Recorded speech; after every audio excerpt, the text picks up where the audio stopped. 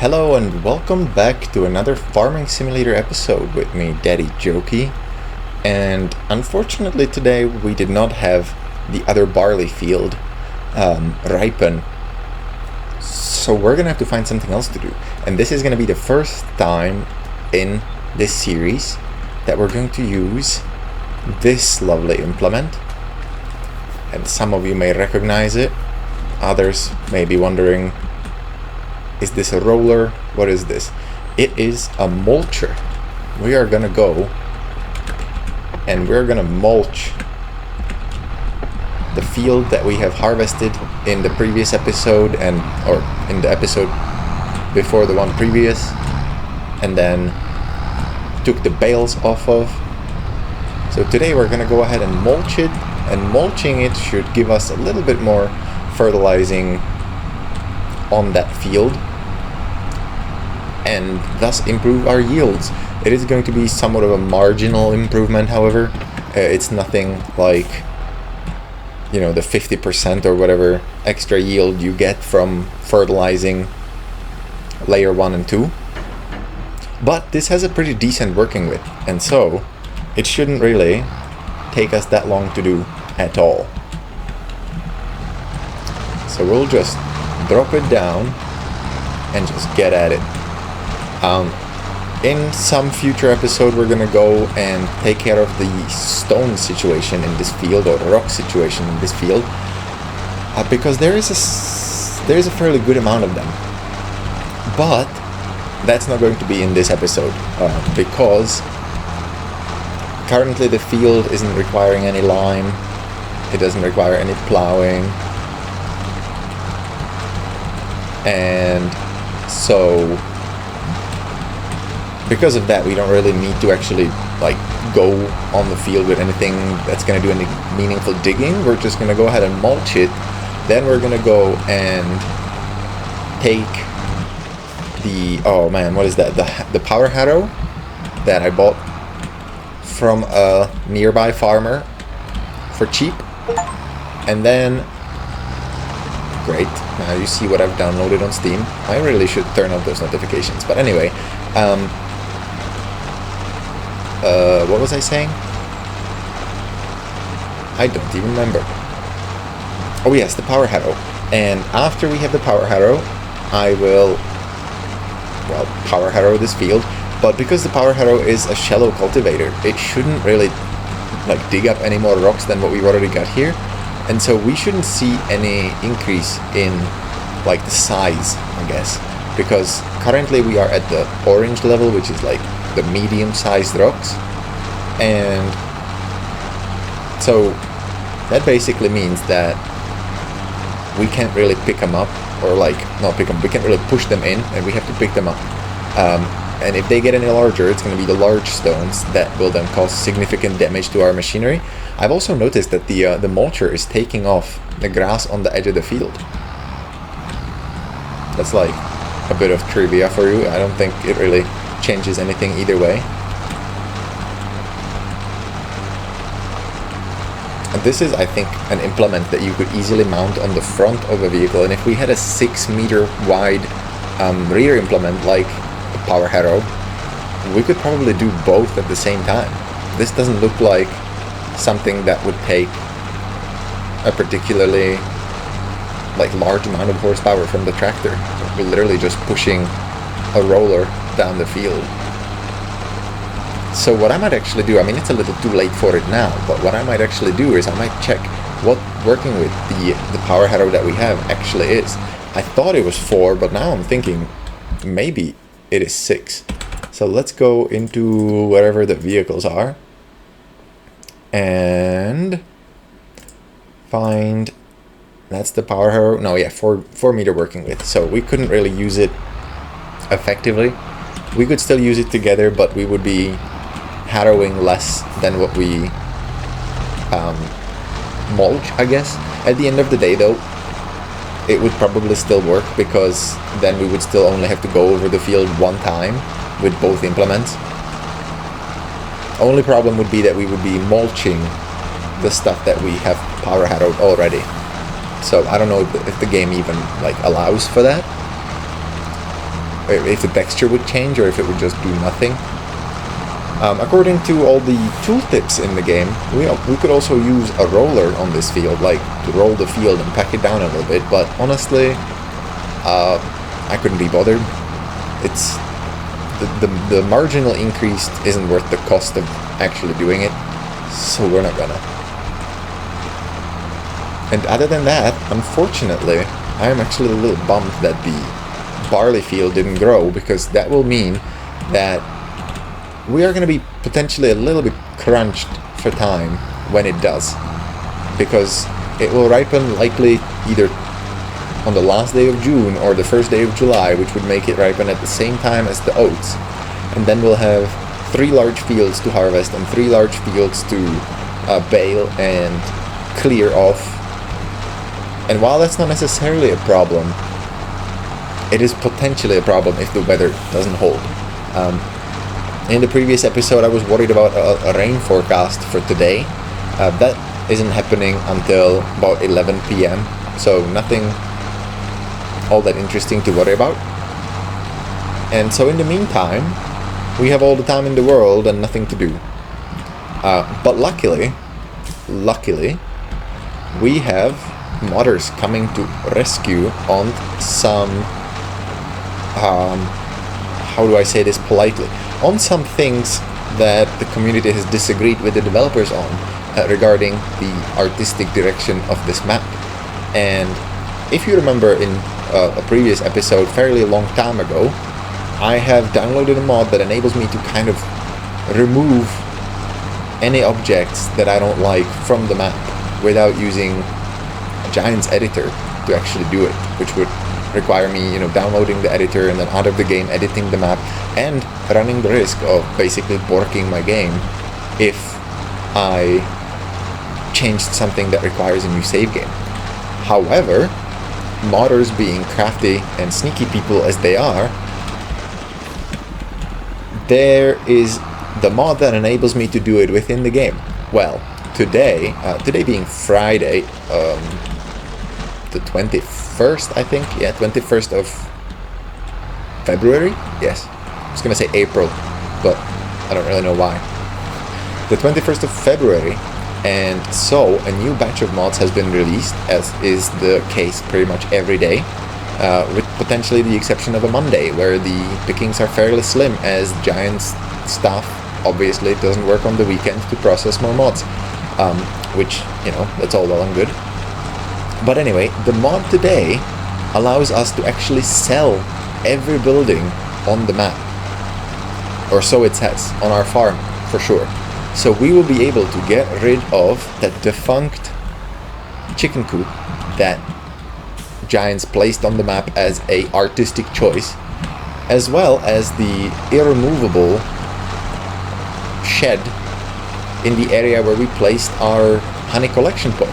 And so when we do that, we will actually gain a fairly good amount of space, good enough to potentially put some small production buildings. Like previously, I have indicated that I want to put potentially the milk production to produce cheeses or butter or whatever at our farm, because we currently have such small amount of goat milk that it doesn't pay to buy, $500,000 dairy factory.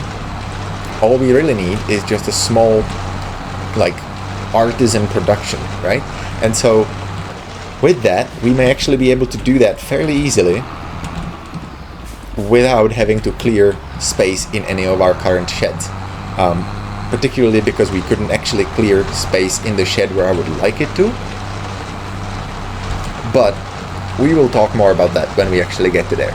As for right now, we just have to mulch this field, and it is going fairly quickly. 6 meter width is lovely on these beginner level fields. And so we have that going for us right now, and we should be done with it in no time at all. And if you're wondering if I'm gonna do a time lapse, I am not. I don't think it's worth it. I'm just gonna continue yakking for the few minutes it'll take to get her done.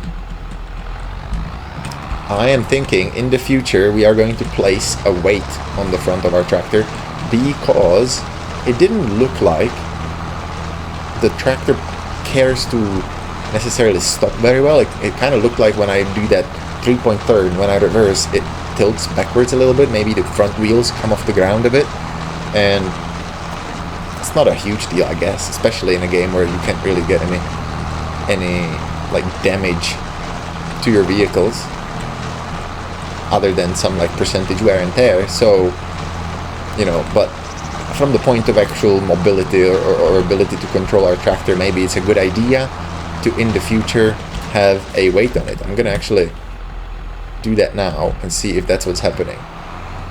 Reverse. Yeah, and you can see that the wheel sort of didn't quite come off the ground, but it did lose a little bit of grip. At least it seemed like it did anyway. So definitely a case for a small weight in the front in the future. So that's what we're gonna do. But as you can see, we are very nearly done here. Like I said, 6 meter working width is the sort of, I don't want to say gold standard, because, you know, as your fields get larger or as there is more of them, the wider you're working with, the faster you get stuff done. But 6 meters is very reasonable. Can we say reasonable? It's one of those widths that make things take less time, but also not so little time that you don't get to necessarily enjoy stuff, right? Like, there's only really so much time that you want to spend going up and down a field, unless you're actually getting paid for doing that work. But 6 meters, that's a happy medium. There we go. That's the word. Not reasonable. It's the happy medium. It doesn't require, well, unless it's some of the heavier implements, it typically doesn't require, you know, 500 horsepower machine, especially in case of something like this, where we have a fairly basic early game, or not even early game, like a smallish horsepower tractor, and we get to pull a 7 or 6 meter implement. That's great. That makes everything go by so much quicker. And so I'm happy about this. I'm happy about having purchased this. Like I said before, when I first purchased this thing, you gotta weigh the pros and cons of doing a job that adds something to your farm versus the cost of doing it, right? So in this case, first of all, we don't really have anything else to be going on with right now, other than maybe delivering a round of produce to the farmer's market. And so we can easily afford, in terms of spending the time to do it, mulching this field. In terms of whether it's worth it, well, when we finish doing it, we can look at the little extended tooltip that we get when we're standing in the field and see what it says about our future yield. It should already show the yield of the field for a next harvest, at least on the mulch side, I think. We will see. I believe that the increase is somewhere in the realm of 5%, but I may be wrong. So don't quote me just yet. We will look at it in due time over here as we proceed with the mulching here. And we are fairly close to being done, even though it looks like the opposite end of the field where we're currently headed to is a large chunk. When we go down and come back up one more time, it is going to take a significant amount of the work off the field, because the length of it is going to get shorter, obviously. You know, I know I'm kind of stating the obvious over here, but as we're cutting the sides of a triangle away, we're making the triangle a lot smaller. And so here we go, you can see on this pass we're already cutting into the opposite side of the triangle rather than kind of finishing at the peak of it as before. The shape of this field, it's a little, well, not unfortunate, it's easy to handle, and it allows for a fairly basic going up and down it. However, in terms of something like spraying, it is a little bit peculiar, because we don't really have the ability to turn off sides of our sprayer just yet, and I'm hoping that we will have a mod come out pretty soon that will fix that, which means that there is a good amount of overspray that we cause whenever we're doing any kind of spraying on our field. I'll lift And so we maybe have like 2 more minutes worth of work over here. And then we should be pretty done. And then we can wonder about how much yield it actually produces for us. In terms of the stones, like I said in a previous episode, because we are now going to be using the power harrow, we shouldn't be producing stones on any more of our fields. And so this field and the other barley fields is currently the only ones that have stones in them. And so I'm almost kind of tempted, if we don't produce any larger stones, I'm almost tempted to just leave it be until we acquire another field with stones in it. That way we don't have to continuously essentially rehire the stone picking machine, because that is a fairly expensive device. Even though I was really excited for the front loader mounted one, it actually turns out that in order to use that one, you gotta spend a good amount of time doing it. And so in the end, it is actually much more beneficial to just pay for renting the, I guess, powered machine that comes standard in the game. And as you can see, I did cut this a little bit too narrow. This is what the guidance steering would have actually been really good for. Kind of indicate where we have already, not where we have already gone, but where we have gone that is too narrow. Because one thing I don't want to is, I don't want to accidentally miss like a tiny chunk that I then have to come and get in order to kind of finish, you know, making a complete work of it. And so, because of that, I am going a little too conservatively over the edge over here. And yeah, I mean, in this case, this is the last little chunky that we're gonna hit up. Good. And then I'm just gonna drag it behind me. I don't think it really matters, but it does take care of the tracks behind us, so it'll be okay. Okay, and lift. And then we're going to fold it up. And while that's doing its thing, I don't really think we need to manage that from in cab. We can go on over here and we see... Shoot, we don't actually see a lot, do we? We see that it is fertilized to 0% and it needs rolling. So I'm actually kind of disappointed. And I don't know if that's potentially because the mod that shows it needs updating since patch 1 point whatever happened earlier this week. So yeah, so we won't really know. Is there... Currently it just shows us as mulched. We have been able to hit the whole field without missing anything. As you can see, it needs rolling. I really don't care about the rolling because I don't have an implement for it. If I were to get an implement, and this is part of kind of the confusion, is there is 2 sets of rollers. There is... Where are they? These yield improvement rollers, where something like this actually is, you know, 6 meter working with. This is pretty easy actually. This is a 7.6 meters. Once we get to the Vaderstad or Vaderstad, I don't really know how to pronounce it. This is a little like 12.3 meters. That's nice, but 46,000 is a lot of money, and it also requires, well, only 120 horsepower. But you know, 46,000. If this came on sale for, you know, 23, I would consider it with our current finances, but I would equally consider just getting one of these, preferably the 6 meter one, maybe this one from Amazone.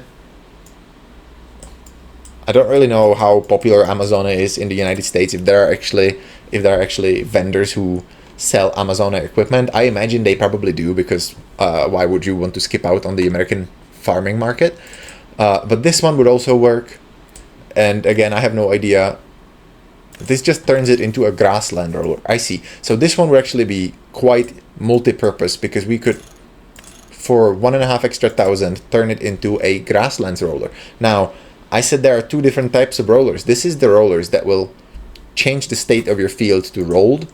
However, if you're doing grass and you need to do rolling for your grass fields, that apparently is a whole different set of rollers. I don't really know where those are though. I want to say Yeah, I don't know actually. They should be right here as well. Anyway. The reason I'm even talking about this is because I have tried rollers in the past, and I have found that there are many instances where it just doesn't cause the roll state on your field, and so I have had to roll my save back once in FS25 in order to avoid having lost a significant amount of money for purchasing an implement that didn't actually work. And so that's one of the reasons why I'm not super keen on rolling. I think it's a little bit extra, and I don't know if farmers actually do it. It doesn't seem like something that I have seen happen. At least it doesn't come to mind. Not that I'm frequenting farms as often as to be privy to all of the work that they do. And I want to put the roller in here. Previously it was just outside there, but I'm trying to kind of put all of my ducks under cover here. Bam, detach. And that way we don't have just stuff hanging out. Again, this game doesn't simulate theft, luckily, otherwise that would be ridiculous. But yeah, that pretty much kind of sums up all the work that we have going on for today, or you know, that is sort of mandatory, necessary. And so we can actually go, I don't know why I left that, because the power Harrow was right next to me, and so that was dumb. Let's do that, and let's do 2 trips around that field today and pop in with the power Harrow, which is that lovely beastie right there. Back into cab, back the tractor up.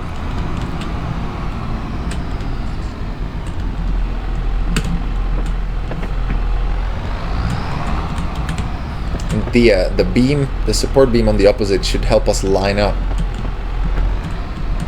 exactly the way we need to be. A little bit more. Oh, that's too far. And I missed. Does this even have compatible? It does. It wasn't perfect, but it was good enough. And this one we're definitely gonna go grab the weight, because I think the power Harrow would be a good deal heavier since it has like powered components, I guess, to it. Right? It's not just a hunk of metal we're dragging around. It also involves all the cabling, wiring, and powering, which technically just comes from the PTO, doesn't it? Yep. So there shouldn't be a lot of it, but I think it definitely needed the weight. Alrighty. And quickly before we go anywhere, this is the shed that I'm aiming to get rid of because it is completely inaccessible, as well as the fake chicken coop right there on the right behind the mirror. And then this shed right here. And with this shed right here, I'm actually thinking I'm gonna try and get rid of this weird fishing boat, as well as all the detritus in here, and see if I can put in our, I guess, cheese or dairy production into here. It should fit, but it might be a little bit of a sketchy fit with all the spawn points and all of those things. So we'll have to see, and it's going to be one of those things where we're going to, for sure, save our game before we do anything we might regret. So yeah, this feels a lot more stable with the weight on the front. I think definitely we should have had the weight on even for the previous work. So quickly go on to here and check what needs to happen. This is currently nothing. It's like in nowhere land where we don't even know what's going on. It is currently mulched. That's what we know. And we are going to go and turn it into, I believe, stubble tillage. I think that is the layer that's going to happen. Let's power that on. And then let's hop into here, actually. We don't want an AI worker, we want the steering assist. And yes. I almost feel like I should have kept the lines on, but then it looks kind of weird in the video, so we're not gonna. And we're gonna find... I'm gonna say it'll be right here.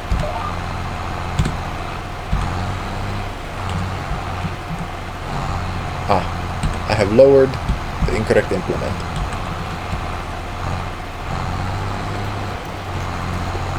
Oh, just kidding. It is going to be cultivated. Seedbed. Yep. Well, that's great.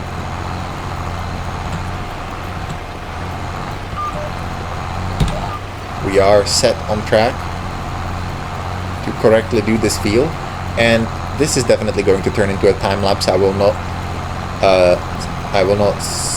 what's the word I'm looking for? I will not subject my viewers to real-time cultivation of the field. But as you can see, after we finish this pass, I'm gonna lift up the implement, and we're gonna quickly actually go over here and check. As you can see, we don't have any redstones popping up in the path that I just cultivated. And so that's what basically gives us an indication of whether or not we're gonna have to hire, or lease rather, not hire, because nobody's gonna do that for us, a rock stone picker. So that's nice. Good to know. Don't have to worry about it.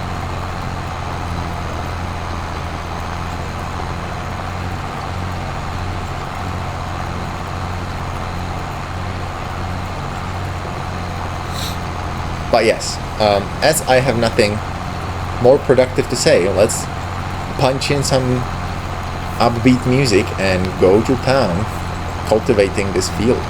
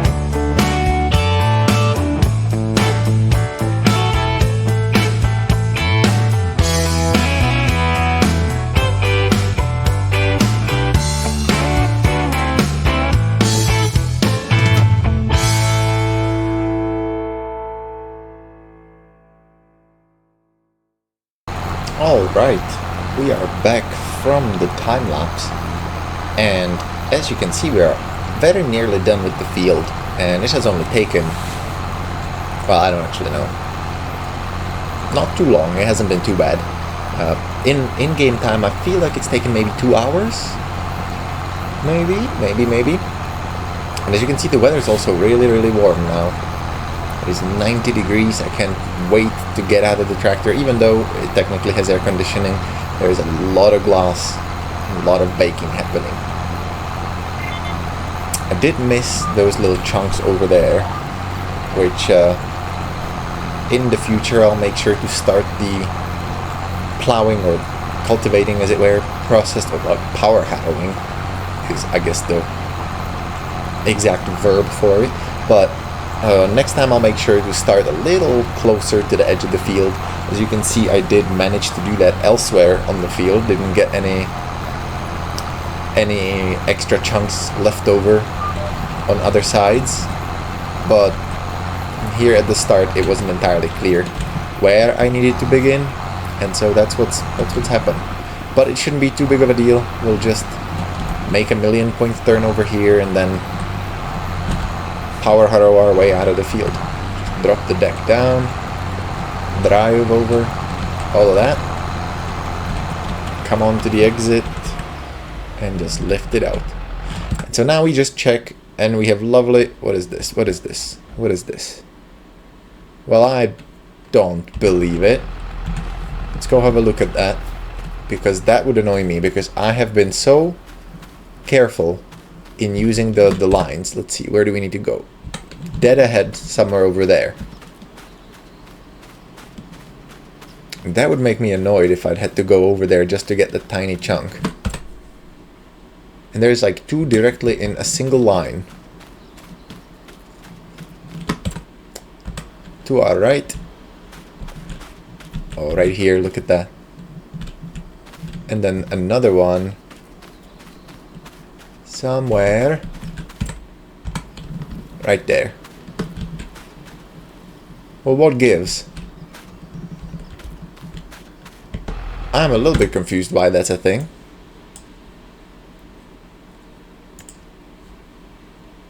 As you can see right there, it shows stubble tillage. Okay, so it's not undone. Okay, we don't have to worry about it then. Everything is good, everything is awesome. Let's take this back to the farm, and then we'll see.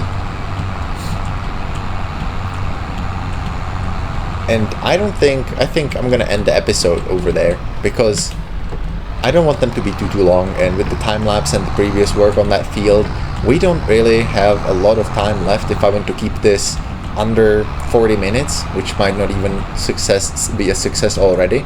And so we'll just leave it be. We'll just go and park this in the shed.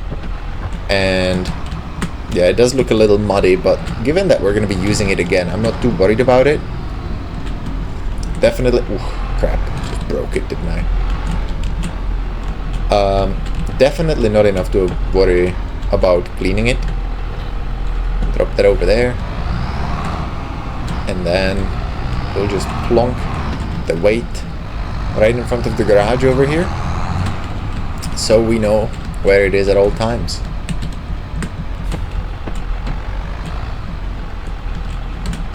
Right there is good. Lower the weight and plop it off. And then I'm just gonna ease into the garage.